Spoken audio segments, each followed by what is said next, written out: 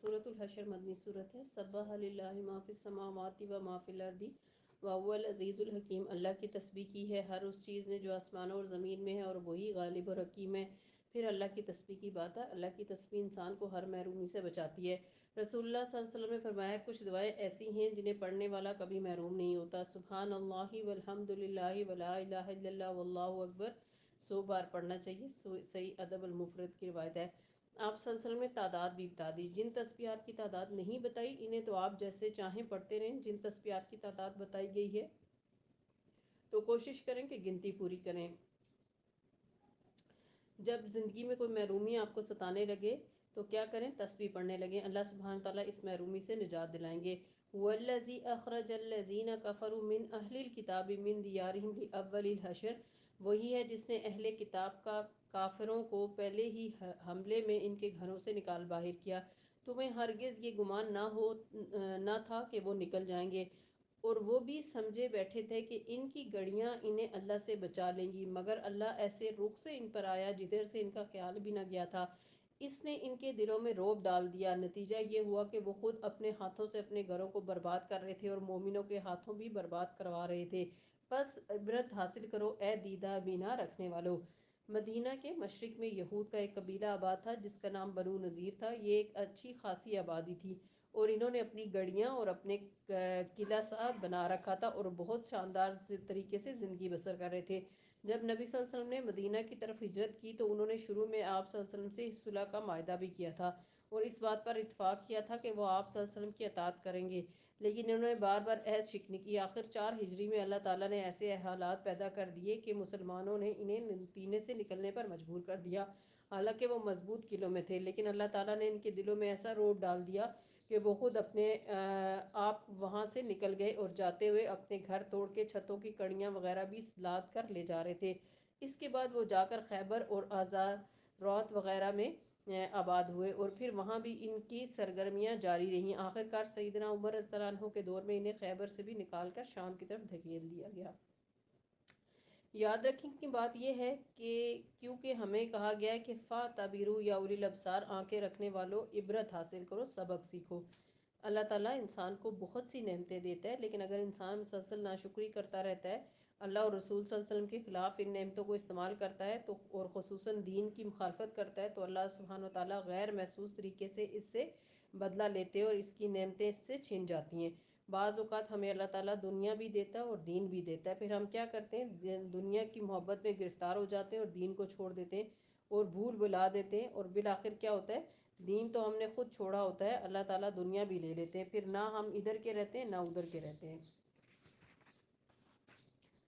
کچھ بھی پاس نہیں بچتا۔ اہل کتاب کتاب والے تھے، ان کے پاس دونوں چیزیں تھیں، دین بھی تھا دنیا بھی تھی۔ دین جو ان کا اپنے ایک طریقے پر سمجھا ہوا دین تھا۔ بہرحال ان کے پاس تورات تھی، انجیل تھی، اور یہ آسمانی کتابیں تھیں جو اللہ تعالیٰ نے ان کے علم کے لیے، ہدایت کے لیے رحمت کے طور پر بھیجی تھی، لیکن ان سے انہوں نے فائدہ نہیں اٹھایا۔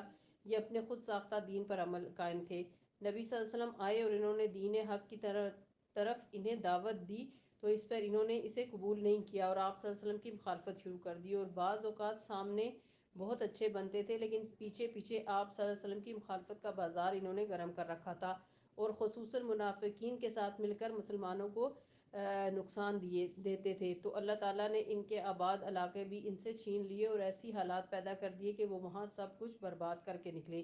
یاد رکھیے ہماری عزت دین کے ساتھ ہے، ہمارے لیے راحت دین میں ہے۔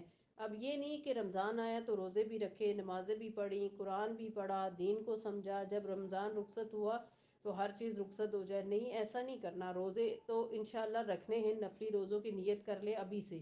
اسی طرح نمازوں کی جو پابندی آپ نے شروع کی، آپ لمبی نمازیں پڑھتے رہے ہیں، رمضان کے بعد آپ کی نمازیں رمضان سے پہلے والی نمازوں سے بہتر ہونی چاہیے۔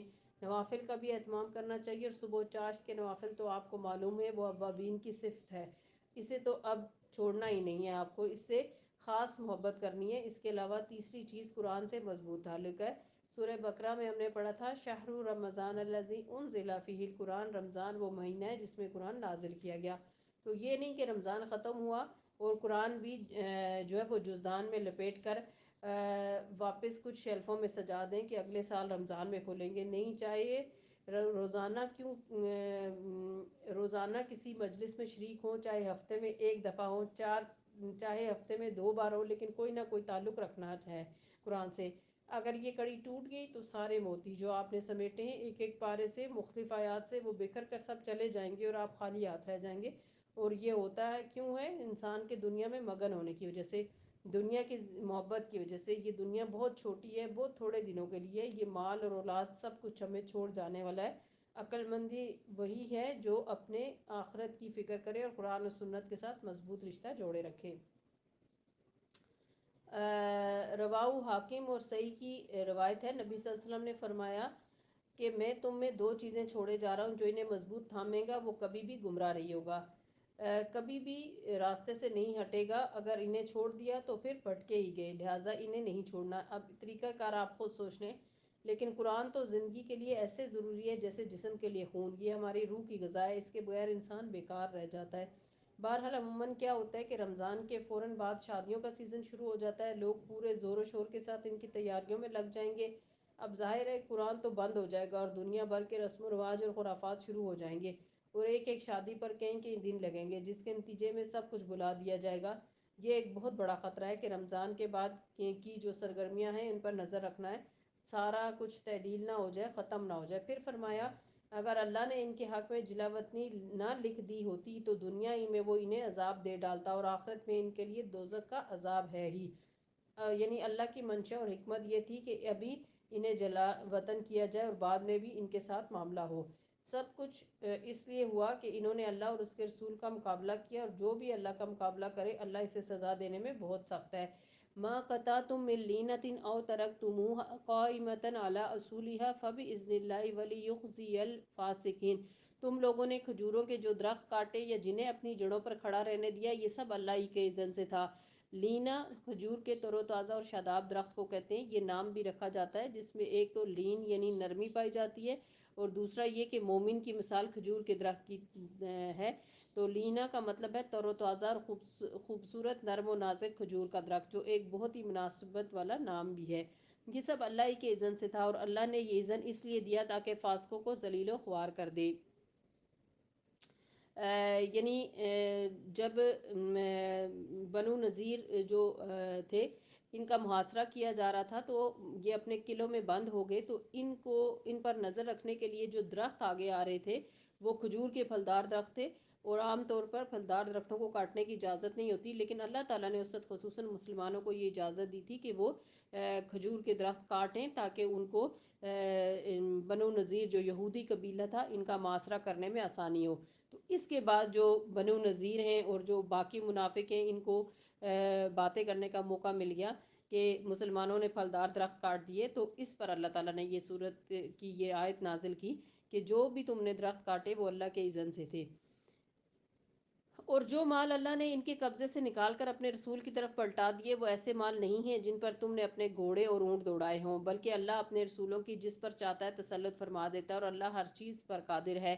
جو کچھ بھی اللہ ان بستیوں کے لوگوں سے اپنے رسول کی طرف پلٹا دے وہ اللہ اور رسول اور رشتہ داروں اور یتیموں اور مساکین اور مسافروں کے لیے ہے، تاکہ وہ تمہارے مالداروں کے درمیان گردش نہ کرتا رہے۔ یہود بنو نذیر اپنا بہت سارا مال لے کر بھی گئے تھے، لیکن بہت سا مال باقی رہ گیا تھا۔ اب ظاہر ہے کہ وہ مال اللہ کے رسول صلی اللہ علیہ وسلم کے قبضے میں آیا، یہ مال غنیمت نہیں تھا، یہ مال فے تھا۔ مال غنیمت وہ ہوتا ہے جس میں باقاعدہ لڑائی ہوئی ہو اور لڑائی میں شکست کھانے والا دشمن مال چھوڑ کے جائے، مال فے وہ ہوتا ہے، یہ مال فے تھا۔ مال فے وہ ہوتا ہے جس میں لڑائی کا موقع نہ آئے اور دشمن مال چھوڑ کے بھاگ جائے، تو اس کا کوئی قانون اس سے پہلے موجود نہیں تھا۔ ان آیات میں اس کا قانون دے دیا گیا کہ جو مال اس طریقے پر ہاتھ آئے گا وہ فوج میں تقسیم نہیں کیا جائے گا، کیونکہ اس میں فوج نے کوئی محنت نہیں کی۔ یہ تو اللہ تعالیٰ کے حکم سے وہ لوگ خود بخود راضی ہو گئے اس بات پر کہ وہ ہر چیز چھوڑ کر چلے گئے۔ وَمَا آتَاكُمُ الرَّسُولُ فَخُذُوهُ وَمَا نَهَاكُمْ عَنْهُ فَانْتَهُوا۔ جو کچھ رسول تمہیں دے وہ لے لو، اور جس چیز سے وہ تمہیں روک دیں اس سے رک جاؤ۔ وَاتَّقُوا اللَّهَ، اور اللہ سے ڈرو، إِنَّ اللَّهَ شَدِيدُ الْعِقَابِ، بے شک اللہ تعالیٰ سخت سزا دینے والا ہے۔ بہت ہی اہم آیت ہے، وَمَا آتَاكُمُ الرَّسُولُ فَخُذُوهُ، رسول جو دے دیتے ہیں لے لو، انکار نہیں کرو، حکم عدولی نہیں کرو۔ اس سے یہ ثابت ہوتا ہے کہ قرآن مجید کے علاوہ سنت پر عمل کرنا بھی ضروری ہے، کیونکہ رسول اللہ صلی اللہ علیہ وسلم دے رہے ہیں اور اللہ تعالیٰ حکم دے رہے ہیں کہ ایک رسول کا دیا ہوا قبول کرو، اور جس چیز سے روک رہے ہیں اس سے رک جاؤ۔ اسے چھوڑ دو اور اللہ سے ڈرو، بے شک اللہ سخت سزا دینے والا ہے۔ ہر سزا کس بات، اور یہ سزا کس بات پر؟ رسول اللہ صلی اللہ علیہ وسلم کی نافرمانی پر۔ کیا ماں باپ کی نافرمانی پر کوئی سزا ہے؟ ہے، اللہ تعالیٰ کی ناراضگی ہے اور گناہ ہے اور اس پر سزا ہوگی۔ حدیث میں آتا ہے تم پر اللہ نے ماؤں کی نافرمانی کو حرام قرار دیا ہے۔ رسول اللہ صلی اللہ علیہ وسلم کا درجہ ماں باپ سے بڑا ہے، پھر کیا آپ صلی اللہ علیہ وسلم کی نافرمانی کی کوئی سزا ہے؟ پھر کیسے ہم کیا کہہ دیتے ہیں کہ یہ کون سی قرآن کی آیت ہے؟ قرآن ہی تو کہہ رہا ہے کہ رسول اللہ صلی اللہ علیہ وسلم جو دے رہے ہیں اسے لے لو اور اللہ سے ڈرو۔ نبی صلی اللہ علیہ وسلم نے فرمایا جب میں تمہیں کسی چیز سے روکوں تو تم اس سے پرہیز کرو، اور جب میں تمہیں کسی بات کا حکم دوں تو جس حد تک تم سے طاقت ہو اس پر عمل کرو۔ صحیح بخاری کی یہ روایت ہے۔ للفقراء المہاجرین الذین اخرجوا من دیارہم واموالہم یبتغون فضلا من اللہ ورضوانا وینصرون اللہ ورسولہ اولئک هم الصادقون۔ نیز وہ مال ان غریب مہاجروں کے لیے ہے جو اپنے گھروں اور جائیدادوں سے باہر نکال کیے گئے۔ جو مہاجرین مکہ سے آئے ہیں ان کے گھر بار وہاں رہ گئے، اس مال میں سے انہیں بھی حصہ دیا جائے گا۔ یہ اللہ معاوضہ دے رہا ہے، یہ اپنا مال چھوڑ کر آئے اور جو چھوڑ گئے ہیں ان کا چھوڑا ہوا انہیں دے دیا جائے گا، کیونکہ انہوں نے اسی طرح کی قربانی کی۔ عموماً جیسا عمل ہوتا ہے ویسا ہی جزا ہوتی ہے۔ یہ لوگ اللہ کا فضل اور اس کی خوشنودی چاہتے ہیں۔ کتنی پیاری بات ہے کہ یہ مہاجرین کیوں چھوڑا ہے انہوں نے سب کچھ؟ اللہ دنیاوی فائدے کے لیے نہیں۔ یبتغون فضلا من اللہ ورضوانا وینصرون اللہ ورسولہ اولئک هم الصادقون۔ یہ لوگ اللہ کا فضل اور اس کی خوشنودی چاہتے ہیں اور اللہ اور اس کے رسول کی حمایت پر کمر بستہ رہتے ہیں، یہی راست باز لوگ ہیں۔ منافقوں کو اللہ جھوٹا کہتا ہے اور مہاجرین کو اللہ تعالیٰ نے صادقون کہا ہے۔ اور وہ ان لوگوں کے لیے بھی ہے جو ان مہاجرین کی آمد سے پہلے ایمان لا کر دارالہجرت میں مقیم ہیں۔ یہ ان لوگوں سے محبت کرتے ہیں جو ہجرت کر کے ان لوگوں کے پاس آئے، اور جو کچھ بھی انہیں دے دیا جائے اس کی کوئی حاجت یہ اپنے دلوں میں محسوس نہیں کرتے۔ یہاں پر انصار کی بات ہو رہی ہے کہ وہ مہاجرین سے محبت کرتے ہیں اور انہیں اس چیز میں کوئی تنگی نہیں ہوتی کہ ہمارے بجائے مہاجرین کو کیوں دیا جا رہا ہے۔ وَيُؤْثِرُونَ عَلَىٰ أَنفُسِهِمْ وَلَوْ كَانَ بِهِمْ خَصَاصَةٌ، اور یہ دوسروں کو اپنی ذات پر ترجیح دیتے ہیں خواہ اپنی جگہ خود محتاج کیوں نہ ہوں۔ یہ ہے دین، کوئی قربانی کرتا ہے اپنا گھر بار چھوڑ کر اور کوئی قربانی کرتا ہے اپنا گھر بار دے کر اور اپنی ذات پر دوسرے کو ترجیح دے کر۔ اس کے بغیر اسلام نہیں پھیل سکتا، اس کے بغیر دین ترقی نہیں کر سکتا۔ جب تک آپس میں ایسی محبت نہ ہو، وہ ایک دوسرے کے لیے قربانیاں کرنے والے ہوں اور پھر اپنی ذات پر جو دوسروں کو ترجیح دینا ہے، اس میں نبی صلی اللہ علیہ وسلم کا عملی نمونہ آپ دیکھیے۔ سہل بن سعد کہتے ہیں کہ ایک عورت حاشیہ والی چادر لے کر آئی اور کہا یا رسول اللہ، میں نے خاص آپ کو پہنانے کے لیے یہ چادر اپنے ہاتھ سے بنی ہے۔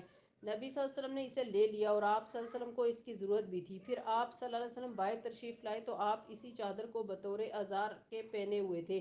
لوگوں میں سے ایک شخص بولا یا رسول اللہ یہ مجھے پہنا دیجئے۔ آپ صلی اللہ علیہ وسلم نے فرمایا اچھا لے لینا۔ اس کے بعد نبی صلی اللہ علیہ وسلم مجلس میں تھوڑی دیر تک بیٹھے رہے، پھر واپس تشریف لے گئے، پھر ازار کو طے کر کے اس شخص کے پاس بھجوا دیا۔ لوگوں نے کہا تم نے نبی صلی اللہ علیہ وسلم سے یہ چادر مانگ کر اچھا نہیں کیا، کیونکہ تمہیں معلوم ہے کہ آپ کسی سائل کے سوال کو رد نہیں کیا کرتے۔ اس پر ان صحابی رضی اللہ عنہ نے کہا کہ ان کی قسم، اللہ کی قسم، میں نے تو صرف اس لیے یہ چادر مانگی کہ جس دن میں مروں یہ میرا کفن بنے۔ صحیح بخاری کی حدیث ہے۔ ایک مرتبہ میرے ساتھ بھی ایسا ہی ہوا کہ میں سفر میں تھی، میرے پاس صرف ایک دوپٹہ رہ گیا تھا اور وہ بھی ہلکا تھا، کیونکہ ہلکا دوپٹہ پہن کر پڑھانا اور سکھانا آسان ہوتا ہے۔ تو یہ جو تجربہ ہے یہ استاذہ فرحت ہاشمی کا جو میں آپ کو بتا رہی ہوں، کہ وہ بتا رہی ہیں کہ ایک دفعہ میرے ساتھ بھی ایسا ہی ہوا۔ اتنے میں ایک اسٹوڈنٹ بہت دن بعد اچانک ملی، بہت خوشی ہوئی، محبت سے ملی، کہنے لگی اپنا دوپٹہ مجھے دے دیجئے۔ مجھے یہی حدیث یاد آ گئی اور الحمدللہ وہ دوپٹہ میں نے اسے دے دیا۔ اگرچہ اس کے بعد مجھے کافی تنگی اور پریشانی ہوئی کیونکہ میں سفر میں تھی، خرید نہیں سکتی تھی، لیکن ہمیشہ یہی بات ہے کہ وَيُؤْثِرُونَ عَلَىٰ أَنفُسِهِمْ وَلَوْ كَانَ بِهِمْ خَصَاصَةٌ، لیکن بعض اوقات دوسروں کو حالات پتہ نہیں ہوتے، کسی کو نہیں معلوم ہوتا کہ کوئی شخص جو بظاہر آپ کو بہت ٹھیک ٹھاک نظر آ رہا ہے اس کے اپنے حالات کیسے ہیں۔ اس لیے جہاں ایک طرف ہمیں ایسی فرمائشیں نہیں کرنی چاہیے، وہاں دوسری طرف اگر کوئی دل کے ہاتھوں مجبور ہو کر کے کر چکے تو اس کی فرمائش کو جتنا ممکن ہے وہ رد نہیں کرنا چاہیے۔ وَمَن يُوقَ شُحَّ نَفْسِهِ فَأُولَٰئِكَ هُمُ الْمُفْلِحُونَ، جو دل کی تنگی سے بچا لیا گیا وہی دراصل کامیاب ہو گیا۔ رسول اللہ صلی اللہ علیہ وسلم نے فرمایا ایک مسلمان کے دل میں ایمان اور بخل اکٹھے نہیں ہو سکتے۔ سنن نسائی کی حدیث ہے۔